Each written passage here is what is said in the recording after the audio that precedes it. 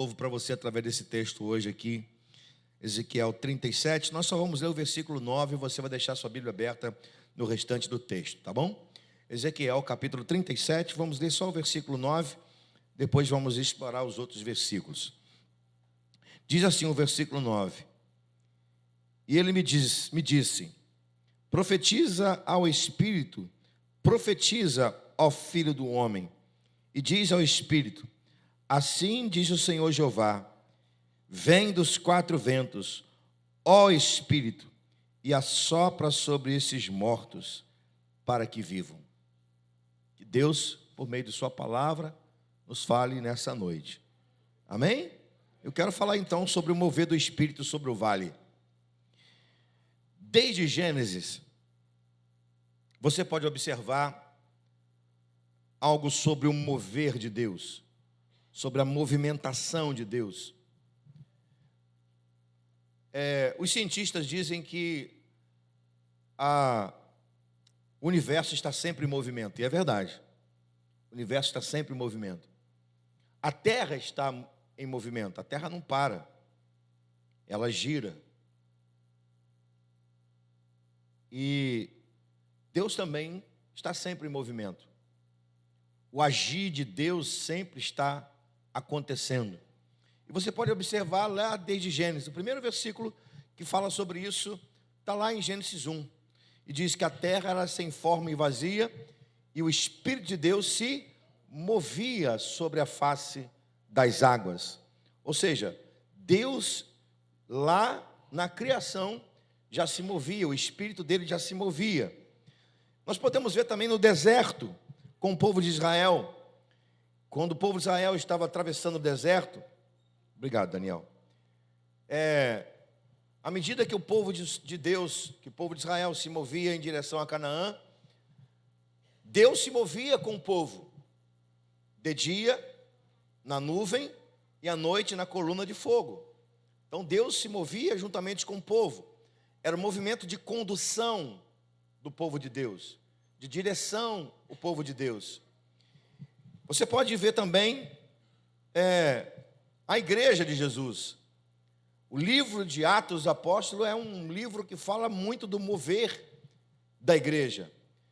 Se você olhar o versículo 8 do capítulo 1, Jesus vai dizer, vocês vão receber poder que há de vir sobre vós, e vocês serão testemunhas, minhas testemunhas, em Jerusalém, movimento, Judeia, movimento, Samaria, movimento, até os confins da terra, movimento, mover. Então você pode perceber, irmão, que Deus está se movendo. E hoje Deus se move através da igreja. O mover poderoso de Deus está através, ou está na igreja de Jesus. Porque nos movemos no poder do Espírito. Amém? Nós movemos no poder do Espírito.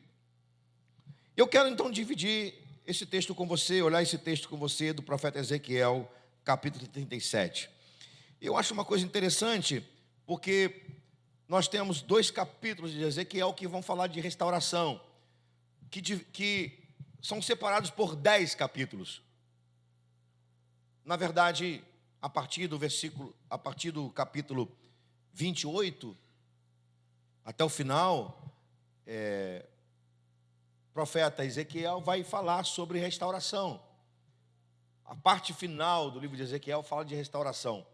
Mas o capítulo 37 e o capítulo 47 são 2 restaurações específicas. O 37 vai falar da restauração de Israel, do povo de Deus ao longo da história, a partir da saída do cativeiro da Babilônia até 1948, quando Israel se tornou nação.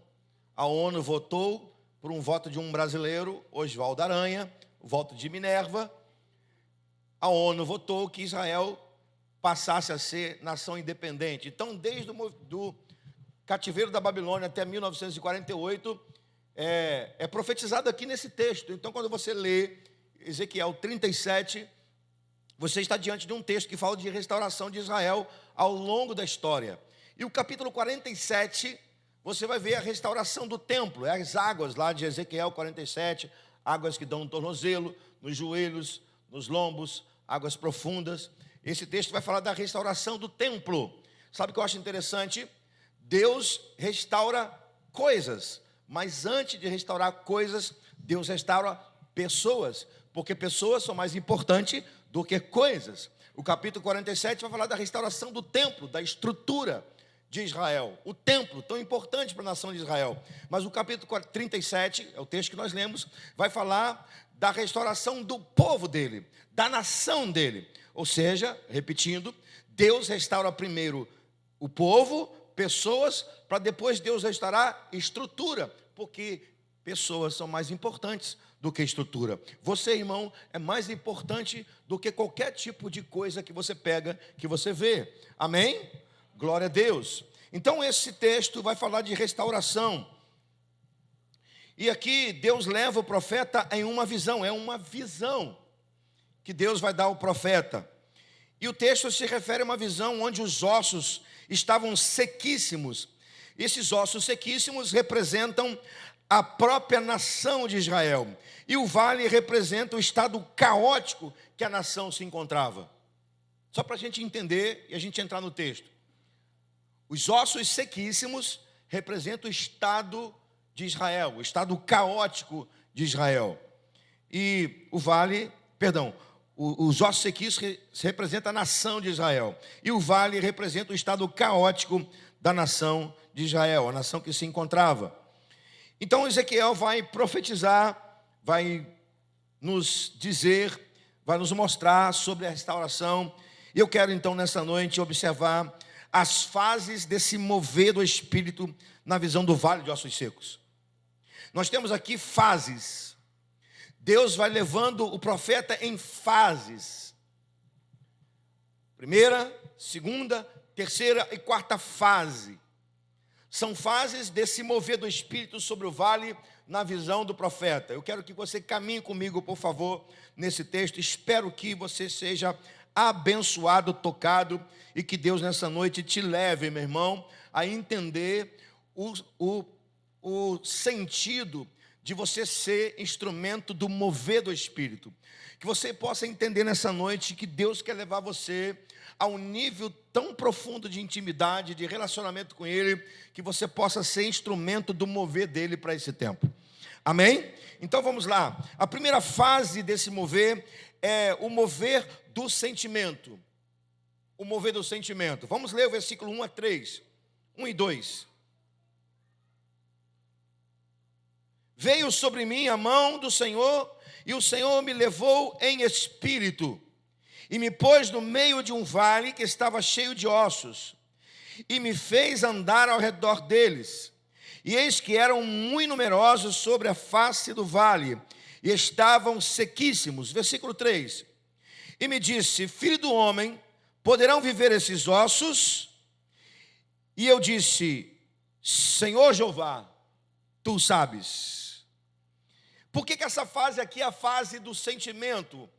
É o mover do sentimento. Vou te falar por quê. Deus aqui, Ele leva o profeta sobre o vale. Então a expressão veio sobre mim a mão do Senhor significa dizer que Deus toma o profeta pela mão e o conduz a um lugar específico.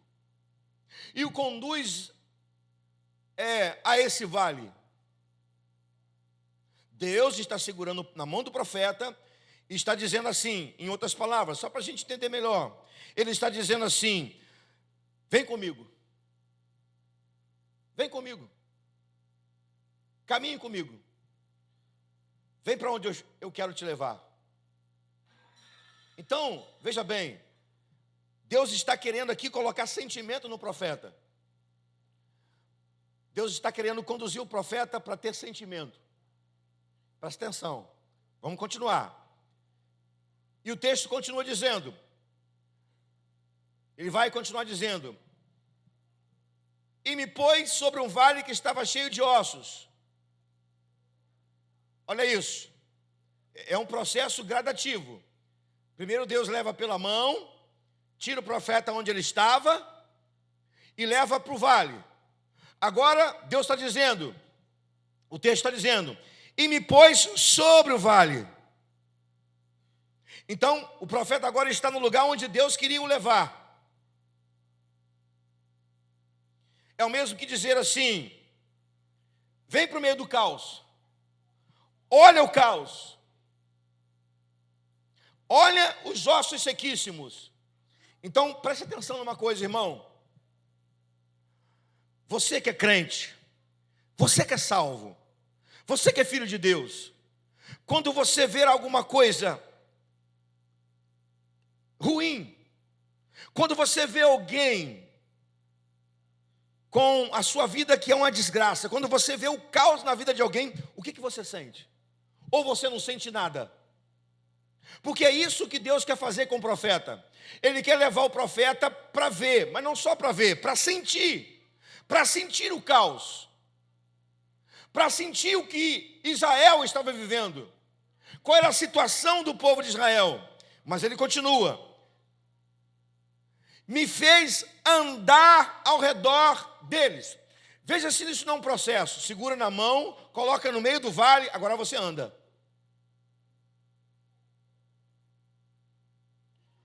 Essa última parte aqui é como se Deus estivesse dizendo assim para Ezequiel, agora vai você sozinho. Sente você sozinho. Eu te trouxe para cá, eu te coloquei no meio, agora você anda. Porque andando você vai sentir o caos.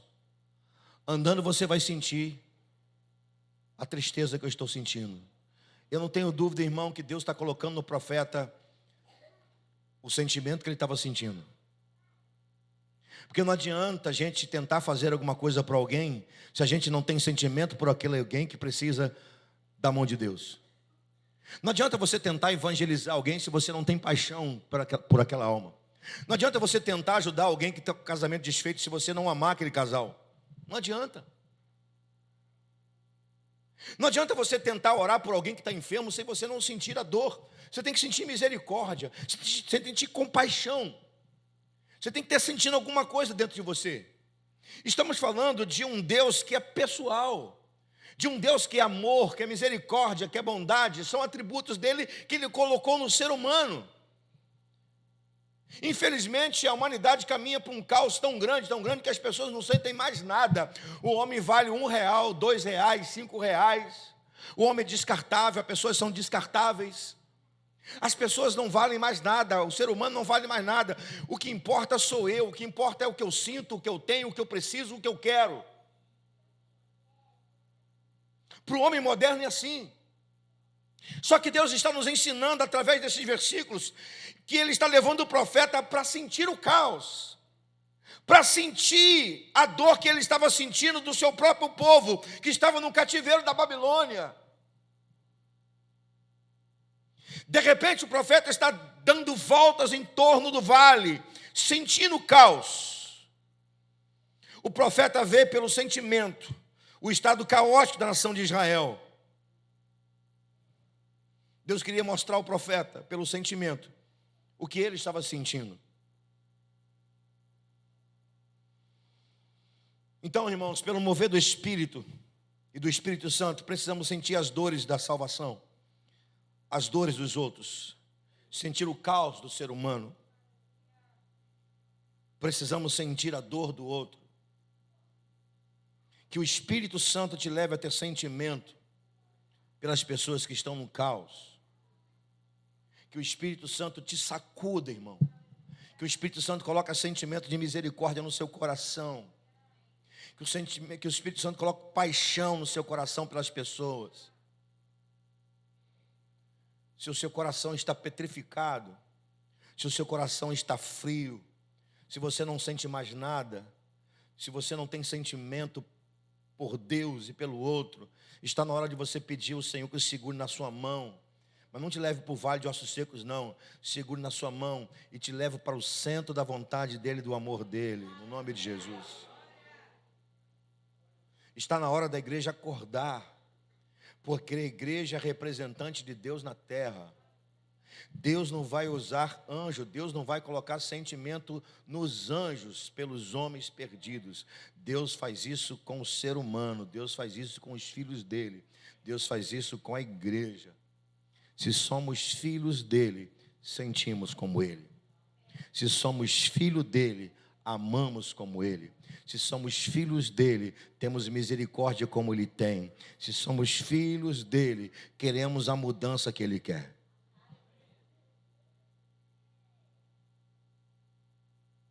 O segundo mover que eu quero ver com você nesse texto é o mover do desafio. Versículo 4. Você pode ler comigo, por favor, versículo 4? Então me disse o profeta. Então me disse: profetiza sobre esses ossos e dize-lhes: ossos secos, ouvi a palavra do Senhor. Assim diz o Senhor Jeová a esses ossos: eis que farei entrar em vós o meu espírito e vivereis. Versículo 6. E porei nervos sobre vós, e farei crescer carne sobre vós, e sobre vós estenderei pele, e porei em vós espírito, e vivereis, e sabereis que eu sou o Senhor. O profeta agora já tem sentimento. O texto não fala, o texto não diz, mas eu creio que o profeta está chorando por Israel.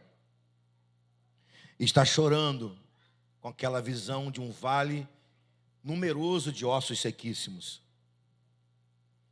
Uma vez que o profeta agora tem sentimento, sente o caos, rodeou o caos, o Senhor lhe deu um desafio. Poderão viver esses ossos? Profetiza sobre esses ossos. O desafio era profetizar sobre o impossível. O que define impossível aqui? O que define impossível é a expressão sequíssimos. O profeta não estava parado, ele estava em movimento. Só que agora ele para ouvir o desafio de Deus. Ouça isso. Nos primeiros versículos nós vamos ver o profeta indo pela mão de Deus para o meio do vale, e agora ele estava em movimento. Ele estava se movimentando e vendo o vale. Só que agora Deus fala com ele. Deus vai e fala com o profeta. E qual a palavra de Deus? A palavra é um desafio. Pode esses ossos que você está vendo pelo seu movimento ter vida, profeta? Então profetiza. Então o profeta para ouvir o desafio de Deus. Repito, o profeta não estava parado, estava em movimento. Só parou para ouvir o desafio. Deus não manda o profeta, ou Deus não manda a igreja profetizar se essa igreja está parada. Ouça isso. Deus não vai mandar, ou melhor, Deus não vai desafiar você a profetizar se você está com a sua vida parada. Você precisa estar no mover do Espírito para Deus desafiar você a pregar a palavra para que o mover dele transforme as pessoas. Você entendeu isso, irmão? Então, por favor, vem para o mover, irmão. Não fica parado, não. Se mova. Entre no mover do Espírito, entre no mover de Deus, deixa Deus te levar para o mover. Qual mover, pastor? O mover do poder e o mover da ação de Deus, te levando para fora. Olha aí, irmão. Você acha que Deus vai desafiar você à toa? Você acha que Deus vai desafiar qualquer pessoa? Não, Ele vai desafiar gente que está no mover, que se entrega ao mover, que está em movimento. Igreja não é vencida pelo caos, ela profetiza no caos. Quando Deus nos desafia, é porque Ele sabe que nós podemos, no poder dEle, transformar realidades.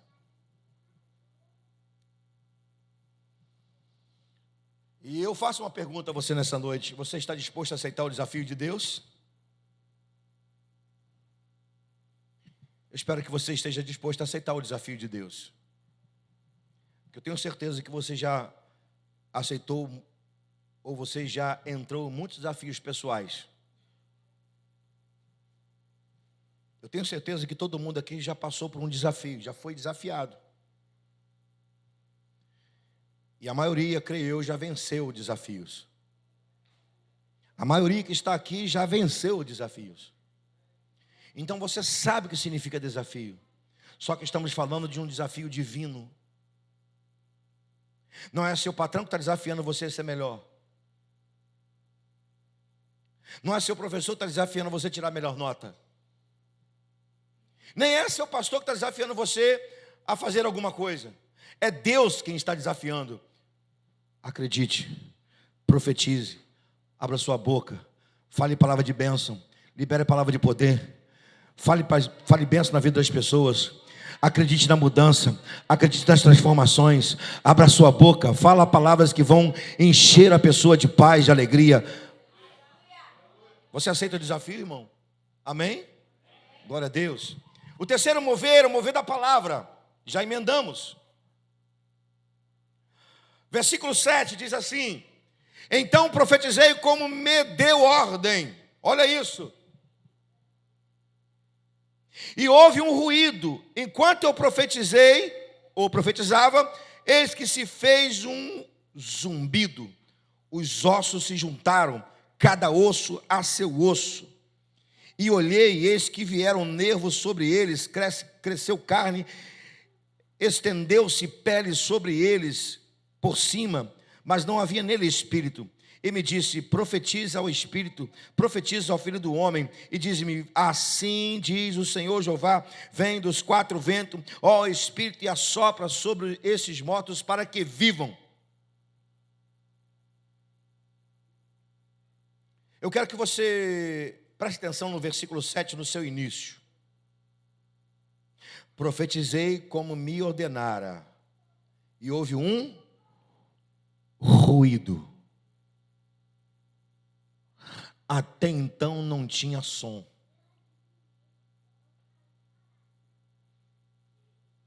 Até então não tinha barulho. Até então era silêncio. Sabe por quê? Porque primeiro Deus age no silêncio. Deus age primeiro no silêncio. Até então não tinha som, só tinha silêncio. Por que só tinha silêncio? Porque era hora de submissão, era momento de entrega, era momento de sentir, era momento de relacionamento de Deus com o profeta, de profeta com Deus. Agora o profeta abre a boca, o som da palavra sai dos seus lábios. Quando o som da palavra sai dos seus lábios, o ruído acontece. Sabe o que significa isso, irmão? Quando o som da sua boca for produzido pela palavra de Deus, no mover do Espírito, Deus vai produzir ruído. Deus vai trazer ruído, barulho vai acontecer, terremoto vai acontecer, irmão. Irmão, se você soubesse o poder que tem na palavra, Tiago vai dizer que a palavra que sai da nossa boca pode ser bênção e pode ser maldição. Mas eu vou além, presta atenção. Como que Deus criou o homem? Diga comigo: Deus criou o homem pelo toque. Agora diga assim: Deus criou todas as coisas pelo poder da palavra. Haja luz. Tem luz. Haja peixes no mar. Haja animais. Palavra. Aí o que Deus fez? Soprou no homem fôlego de vida. E quando o fôlego de vida entrou dentro do homem, entrou dentro dele o poder da palavra. Você entendeu? Quando Deus soprou dentro do homem o fôlego de vida, tornou-se alma vivente, ao mesmo tempo, Deus deu ao homem o poder da palavra.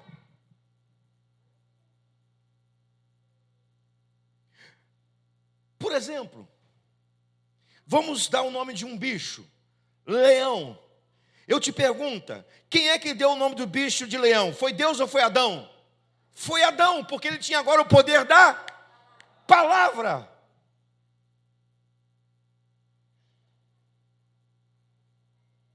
Por isso, meus irmãos, que a igreja tem o poder da palavra. Quando você profetiza, quando você diz a palavra, quando você prega a palavra, Deus faz com que haja transformação, barulho, ruído, as coisas vão começando a ficar no seu devido lugar, porque o texto diz que os ossos foram se movendo, cada osso a seu osso, ou seja, as coisas que estavam fora do lugar começam a ficar no seu devido lugar.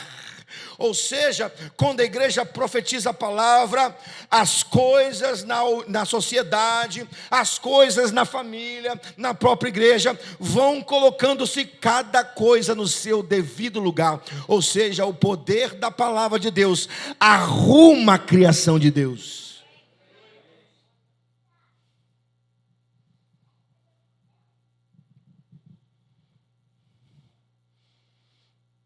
A igreja que não usa o poder da palavra é uma igreja que a palavra não faz parte de sua natureza espiritual. Eu vou repetir. A igreja que não usa o poder da palavra é a igreja que a palavra não faz parte da sua natureza espiritual. Se a palavra de Deus faz parte da nossa natureza espiritual, então profetizar no meio do caos é manifestação de poder. Pastor, quer dizer que quando eu falo algo da parte do Senhor para alguém, sai poder da minha boca? Sim, sai poder da sua boca.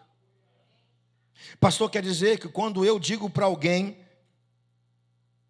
que há esperança para a vida dela, quer dizer que isso é poder? Sim, é poder que sai da sua boca. Pastor, quer dizer que quando eu falo para alguém que Jesus Cristo é salvação, que Jesus Cristo é o caminho, a verdade, a vida, isso é poder que sai da minha boca? Sim, é poder que sai da sua boca. Pastor, quer dizer que quando eu falo para alguém que Deus o quer perto, que Deus quer o abraçar, que Deus quer ter intimidade, isso é poder que sai da minha boca? Sim, é poder que sai da sua boca. Então, no nome de Jesus, que o Espírito Santo coloque autoridade, coloque poder nas suas palavras, e que o poder que sairá da sua boca possa abençoar pessoas, no nome de Jesus. Em último lugar, eu quero falar sobre o mover da restauração, que é o ponto principal dessa palavra. Quero ler o versículo 12. Portanto, profetiza e diz-lhes: assim diz o Senhor Jeová: eis que eu abrirei vossas sepulturas, e vos farei sair das vossas sepulturas, ó povo meu, e vos trarei a essa terra.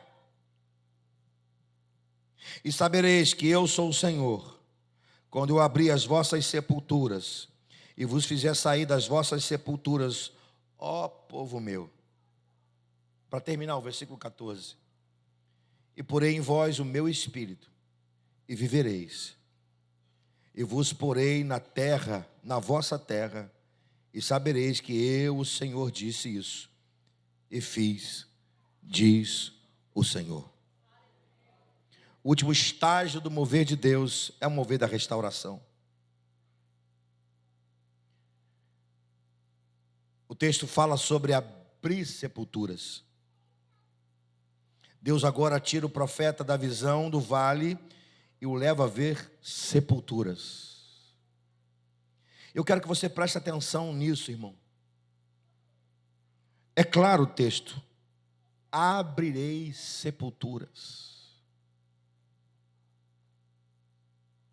A morte fecha sepulturas. Deus abre sepulturas. Vou repetir. A morte fecha sepulturas. Deus abre sepulturas. O abrir sepultura é o apontamento para restauração.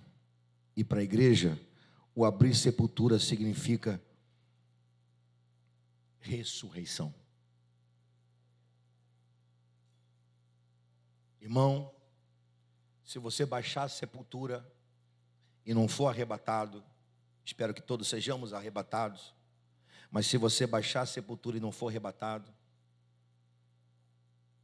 o Espírito de Deus, que ainda estará na terra, vai abrir a sua sepultura e vai tirar seu corpo da sepultura, e você vai ganhar um corpo ressurreto, semelhante ao corpo de Jesus Cristo. Porque isso é propósito de Deus. O propósito de Deus não é fechar a sepultura. O propósito de Deus é abrir sepultura. Para Israel aqui significa restauração. Para a igreja significa ressurreição. Vou repetir. Para Israel é restauração. Para a igreja, ressurreição.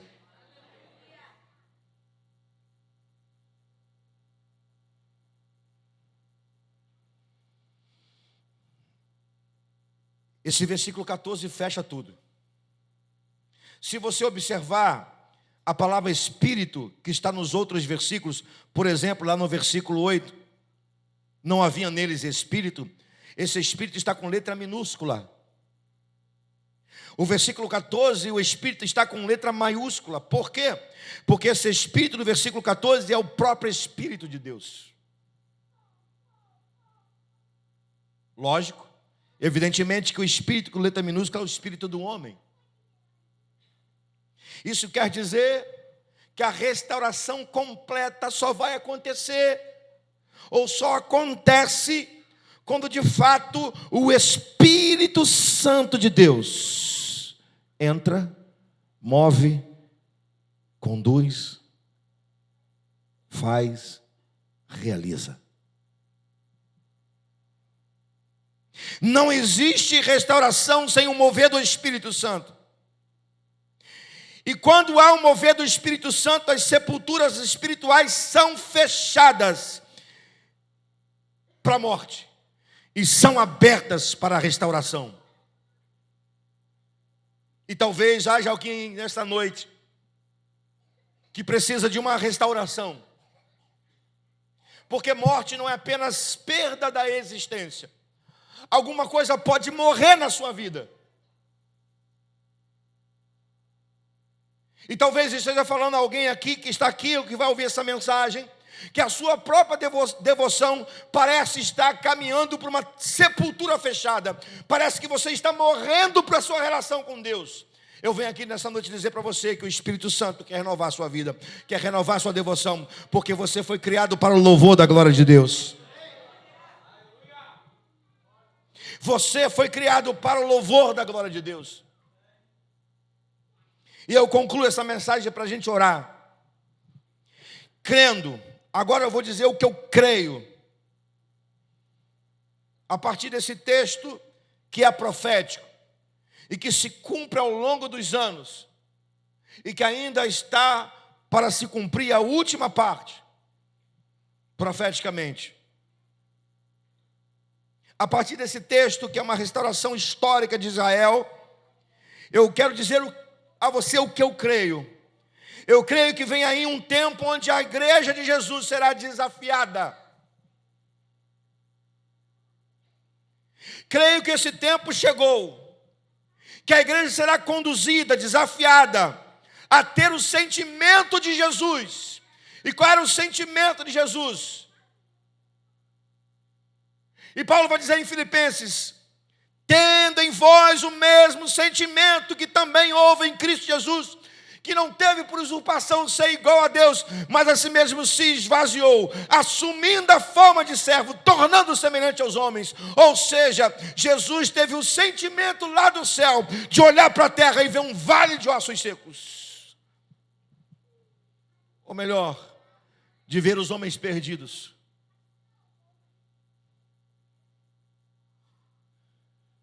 Ele então foi desafiado pelo Pai a descer na terra. Aceitou a missão do Pai. Profetizou vida. Morreu no lugar do homem. Foi ao céu. o Espírito Santo desceu para que nós hoje pudéssemos estar aqui. Então eu creio, irmão, que vem e já chegou esse tempo de sermos conduzidos até o sentimento de Jesus. Qual o sentimento? O sentimento de que precisamos abençoar pessoas, porque as pessoas estão vivendo num vale de ossos secos. A grande pergunta, a minha e a você nessa noite é: você deseja fazer parte desse grande mover? Você quer entrar nesse grande mover de Deus? Essa é a pergunta que o Senhor te faz nessa noite, a partir dessa palavra do profeta Ezequiel, no vale de ossos secos. Enquanto o Espírito Santo estiver na terra, irmão, ele não vai parar de mover, mas ele move através da igreja. E a grande pergunta que precisamos fazer nessa noite é: eu quero dar a mão ao Espírito Santo ou não? Porque eu quero te dar uma questão teológica do Antigo e do Novo Testamento para a gente fechar. No Antigo Testamento existiam situações em que o profeta, o sacerdote, os reis, eles não tinham escolha. Apesar de Deus sempre trabalhar com livre-arbítrio, mas houve momentos na história em que Deus não deu escolha ao profeta, não deu escolha aos reis. Deus fez. A ação dele em fazer. Quando viramos a página do Novo Testamento, continua o livre-arbítrio. Só que Deus no Novo Testamento, ele chama e ele espera a resposta do chamado. Se você não responder, outro vai responder no seu lugar. E Deus vai continuar fazendo a obra. O que eu quero dizer com isso? Deus está estendendo pelo seu Espírito a mão a você. Não é assim que começa o texto? E Deus segurou o profeta pela mão e me levou ao vale de ossos secos, segurando na mão. O Espírito Santo está estendendo a mão a você aqui hoje. Mas não é para te abençoar, conquanto você também mereça a bênção. O Espírito Santo está estendendo a mão para você, dizendo assim: vem cá comigo. Lá fora tem gente que a vida está sequíssima, que a droga tomou conta, que o casamento está acabado, que a mágoa está transformando em um câncer. Lá fora tem gente que precisa de restauração. Você quer vir comigo?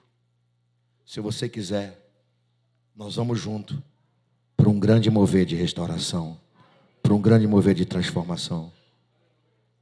Essa é a pergunta que o Espírito Santo faz a você nessa noite, irmão. Eu vou dizer a você,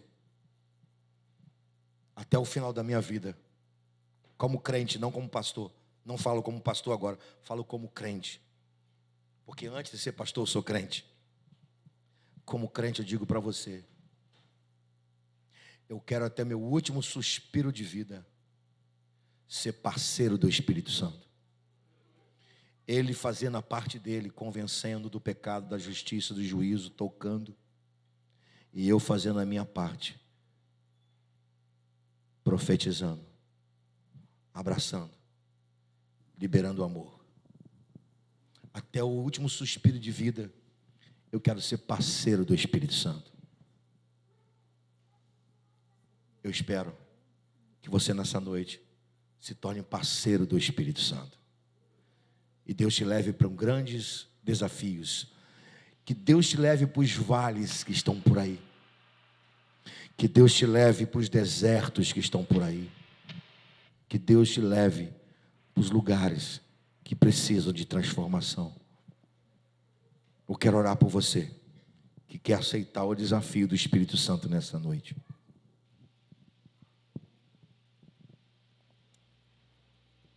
Mas eu quero te falar algo para te chamar aqui à frente.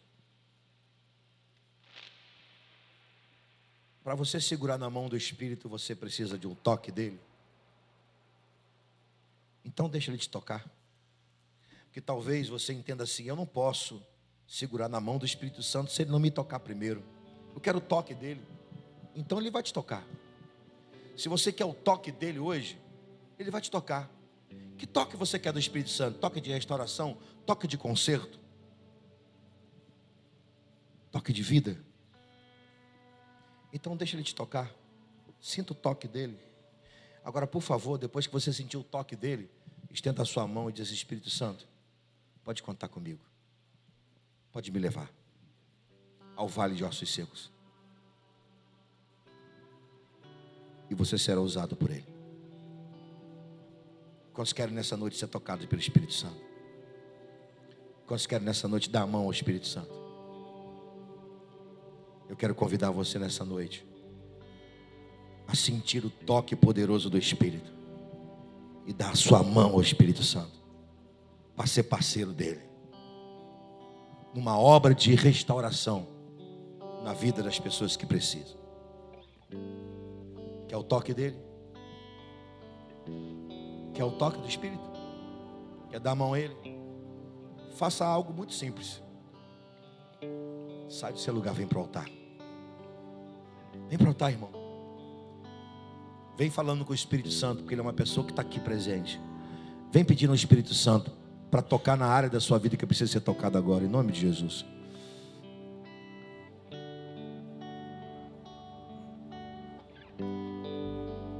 Fala para ele tocar. Talvez tenha uma área na sua vida que estava assim, sequíssima. Está sequíssima. E você precisa do toque poderoso dele. Então hoje o Espírito Santo vai tocar. Aleluia.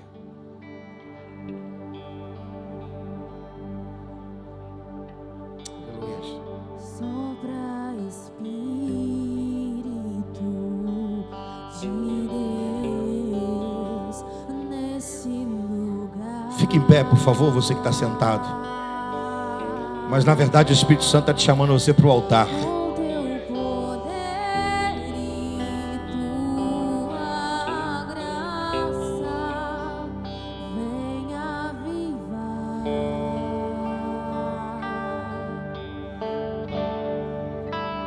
Sopra Espírito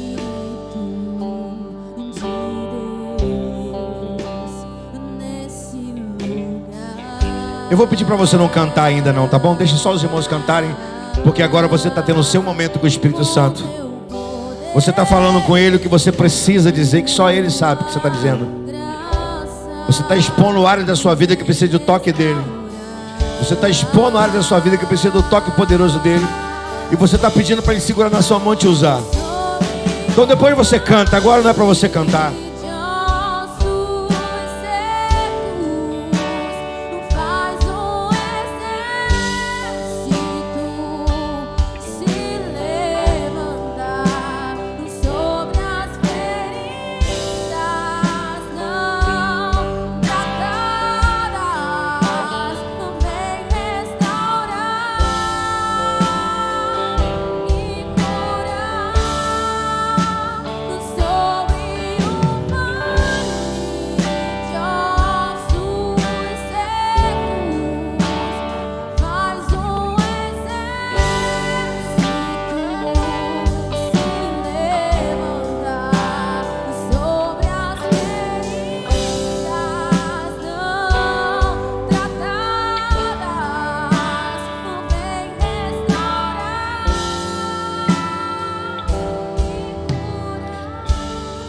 Senhor Deus Todo-Poderoso, que se faz presente aqui na pessoa do Teu Espírito.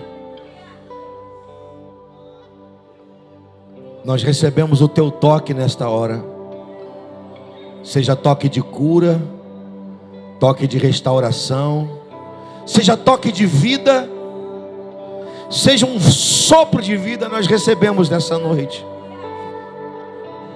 Seja toque de transformação de realidade, seja o toque que for que precisamos, nós recebemos esse toque poderoso do Senhor nessa noite. Nós saímos daqui nessa noite sendo tocados pelo Senhor. E nós queremos sim, Senhor, um mover do teu Espírito em nossas vidas. Nós queremos viver sobre o mover do teu Espírito para esse tempo como igreja. E agora, Senhor, eu te peço, por favor, vem segurar na mão dos meus irmãos. Segura na mão dos meus irmãos, Espírito Santo, de forma poderosa e graciosa. Unge os meus irmãos, venha dar uma unção fresca, nova à tua igreja, Senhor. Aviva-nos, aviva-nos, aviva-nos, aviva-nos, ateia fogo do alto dos céus em nossos corações. Põe paixão em nossos corações, põe amor em nossos corações. Mova-nos, ó Deus, para um tempo de avivamento. Enche-nos o teu Espírito nessa noite, enche-nos o teu Espírito. Ó Espírito Santo, flua em nós como um rio de água viva. Assim disse Jesus. Flua, flua para a vida, flua para fora, flua para os ossos sequíssimos, flua para esse bairro, flua para nossa casa, flua para as escolas, flua, Deus, para os trabalhos, flua, flua, flua, Espírito, flua. Aceitamos o teu desafio, aceitamos o teu desafio. E como igreja profética, que profetiza a volta de Jesus Cristo, que profetiza a salvação, nós aceitamos o teu desafio nessa noite. Então usa a nossa boca, unge os nossos lábios, se for preciso, Deus. Assim como o Senhor queimou os lábios do profeta Isaías para profetizar o Messias, queima os nossos lábios e unge os nossos lábios, e unge os nossos lábios para profetizar salvação, para profetizar vida. Assim nós oramos, assim nós pedimos, assim nós cremos, no nome poderoso de Jesus Cristo. Aleluia, amém e amém. Aplauda Jesus, irmão. Glória a Deus.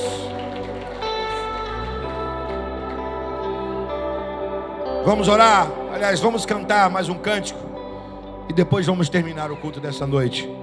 Lembrando que amanhã estaremos aqui na Lagoa do Vigário para o culto evangelístico. Vamos adorar o Senhor com um cântico e terminar?